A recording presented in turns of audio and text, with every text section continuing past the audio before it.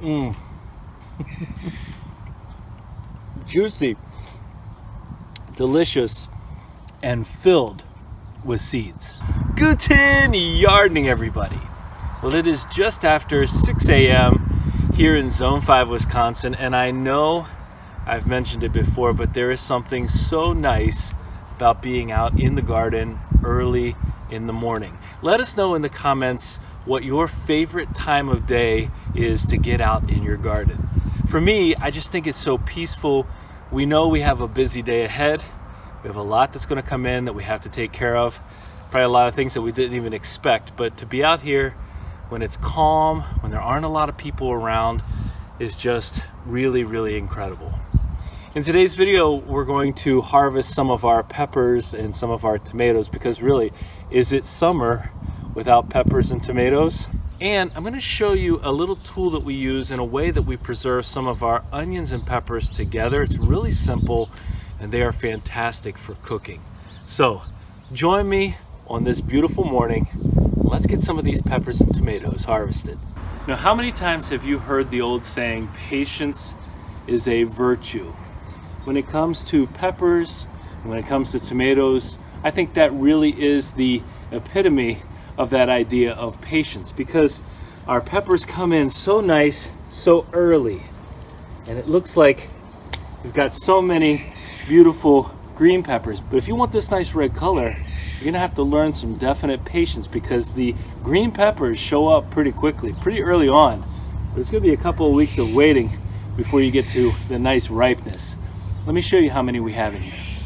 Let's walk through our pepper forest. You're gonna see lots of different stages here of ripeness on the same plant. And that's to be expected. Some ripe red peppers here, and then our greens right beside it. And as again, I call this our pepper forest because we've planted it. We have about a dozen pepper plants in this single bed. And throughout, you can see, I'm just opening it up. You can see the reds, the greens, lots of different variety in here. When we planted these peppers, we didn't know exactly which seeds we were putting in the ground, because when we harvested our pepper seeds and saved them and preserved them last season, we didn't really keep some of them apart. They got mixed together. So we ended up with some pretty cool variety in here, and lots of it. But that's the benefit of saving seeds. I mean, all of these come from just simple seeds we saved last season. And one pepper can provide 10, 15 times the number of plants we have here. All right, I'd love to know, when you're harvesting peppers, do you usually wait until they are nice and ripe, or do you often harvest them when they're green? Personally, I like the sweeter taste, and these are all a sweet frying pepper, but I like the sweeter taste that comes from allowing them to ripen the whole way instead of eating them when they're green. That is a massive pepper, isn't it? So it really depends on the variety, but I would say that's about a 3-month wait for us until we get these really nice ripe peppers like this. Take a look at those. Aren't those beautiful? But we started all these plants indoors about a month and a half before we were ready to bring them outside. And so we were in pretty good shape when it came time for planting, because we had some really nice pepper seedlings, and that helps a bunch. But if we were planting directly from seed outdoors, we'd be a good ways behind. So this helps speed up the process a lot. I should mention that all of these peppers were topped before we planted them, which means we cut off the apical end, the growing end, so they become more of a bush style rather than trying to grow up on a single stem. These are really loaded down, so I think that that helps a lot with production. All right, look at this beauty. So many different shapes, colors, shades of red, different sizes. Sometimes they ripen up even while they're still really small, but they're all great. These are going to be perfect for saving seeds. Now, we do our best to save all the seeds from our peppers. We did our first seed share last season, and we plan to do another one this year. So stay tuned. You could be getting some of the seeds these beauties. Now, one of the things you learn very early on about growing tomatoes, especially cherry tomatoes, is once you've planted tomatoes one time, you probably don't have to plant any additional tomato plants the following season, because, well, with cherry tomatoes, for example, it's really hard to get every single one harvested without some hitting the ground. And even with our bigger varieties of tomatoes, you'll get the occasional one dropping to the ground, and that means volunteer plants the next season. And so the first tomatoes I'm going to show you today are black krim tomatoes. We didn't plant those this year. We did, however, plant them last season in this spot, and they were some of the first tomatoes to come up. This is our black krim. Let me pull one of these off of here. Really nice, soft. This is great. It's ripe. You can see some of the black tones here toward the top. That's what we've noticed mostly with these black krim. Now, the black krim is a really tasty tomato. I love to eat them fresh. I like to slice them up and just eat them like that. I have read a few things about the black krim because, you know, you plant something, you want to learn a little bit more about where it comes from, and it's actually a variety that's out of Crimea. I didn't know that, but it takes about 70 to 90 days. It's an indeterminate tomato. The fact that it came back this year is interesting enough. The fact that it's doing better this year than the ones that we planted last season, I think speaks a little bit to something that we've talked about before on this channel, which is saving your seeds. And this is an heirloom variety. It's a perfect variety for saving seeds. Saving seeds just makes sense because over time, the plants themselves become more acclimated to your soil, to your growing area. So by about year 2, year 3, year 4, you should be getting some great harvest from those seeds you've been saving. This one, you know what?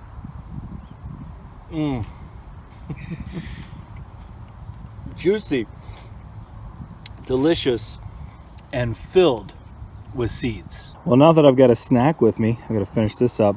Let me just show you the plants. We got, I think, 3 or 4 different black krims in here, and you can see the tomatoes ripening up on here. So these are ready to go. I'm going to pull a couple more off of here and a few more down here. We have other varieties in here. In fact, I think this year we planted something like 21 varieties of tomatoes, a lot of larger tomatoes, and I've talked about that in previous videos where we wanted to grow more of our tomatoes where we could create sauces and do some canning.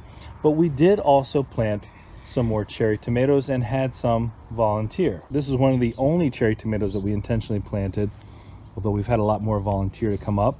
I believe I just saw in a video James Prigioni said that this was his favorite type of tomato. Well, I do love some good garden candy, just like that. Now I'm going to make a little suggestion to you. Find a couple of random spots and plant a couple of cherry tomatoes at different places in your garden. And that way, when you're walking around later in the summer, maybe you find an unexpected treat, or if you need a break somewhere as you're harvesting, well, you just stop by a random spot in your garden, you got tomatoes. Right by our sweet potatoes here, that's one of our random spots. Now, while the rest of our intentionally planted varieties are coming along nicely, and we've got some really nice tomatoes in here that we're growing, one of the benefits, I think, check this one out, of these volunteer tomatoes is that they get an earlier start oftentimes. I mean, you see them coming in pretty early in the garden, and so they're riper faster. So while we're still waiting on a lot of our other tomatoes to start turning, we've already got some nice ones to harvest. Like these beautiful yellow tomatoes that volunteered for us behind our main garden space. I mean, look at these. It's not something, I don't think we've planted this variety probably in 2 years, to the point where I don't even remember what this variety is called. If you know it, let us know in the comments. But even so, those seeds stick around, they drop down, and we get more, sometimes multiple varieties side by side. All right, let me take my handfuls of tomatoes out front and put with the rest of this harvest, and I'll show you what we got, and then I'm going to take you inside and show you how we preserve some of our peppers and onions. Can you see why I enjoy spending my mornings in the garden so much? Isn't that magnificent? And that payoff is after just a couple of minutes of work. Now I'm gonna go inside and I'm gonna show you that, but I have to point out one more thing. My hands smell like tomatoes right now. I'm trying to think what my favorite smell in the garden is. I think it's actually the smell of cucumber plant roots, but this has got to be a close second. Let me know in the comments, what's your favorite smell in the garden? Now let me show you an easy way that we preserve some of our peppers and onions longer term. This is a full star chopper. It actually comes with 2 different sized grates here. I prefer the finer one for these vegetables. And all we're going to do is we're going to take one of our onions. This is from our garden, our recent harvest. And then I'll take one of our peppers. You know, whatever mixture you want to use is up to you, depending on how you like to mix them, you know, 50-50 or whatever. I'm going to take these seeds out because we're going to save those. One of the nice things about preserving in this method is, you know, you don't have to do anything other than get these ready to freeze. Now, it takes a little bit of strength to get on here, but basically, we're just sending these through.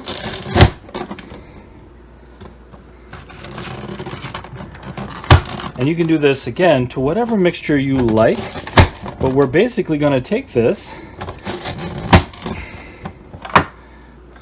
which looks really nice now. I'll mix this up together just like so. Take a look at that. Easy way to chop this up. And I'm going to label one of our freezer bags here.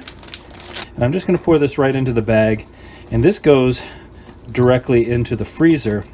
And we've had these stored for 6 months at the very least. And so when I seal these up, I like to remove as much air as possible.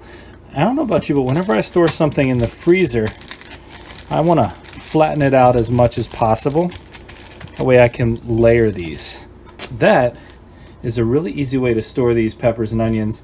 Now, they're going to lose some crunch, and so this is best used in a recipe where you're going to cook them and not eat them just thawed out. Well, thank you so much for joining me this morning in the garden. We hope you enjoyed today's video, found it useful. If you did, don't forget to give us a like, leave us a comment, remember to share and subscribe, and most importantly, remember, when you're with us, you are good to grow.